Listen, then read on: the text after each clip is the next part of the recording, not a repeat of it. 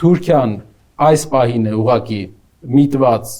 Ադրբեջանի հետ ավելի խոր համագործակցության, բայց երկարաժամկետ, որպես այդպեսին Հայաստանը չունի որևէ տարածքային նկրտում, չունի որևէ հակասություն Թուրքիայի հետ, շահերի որևէ հակասություն չկա։ Ցեղասպանության ճանաչումը դա թուրքական պետության, ես կարծում եմ երկարաժամկետ անխուսափելի է, որ թուրքական պետությունը ընդունի այդ փաստը։ Իհարկե այս քաղաքական համակարգով դժվար, այս քաղաքական լիդերը դժվար, բայց ժամանակի ընթացքում դա անխուսափելի է, որ Թուրքիան առերեսվի իր պատմության հետ, դա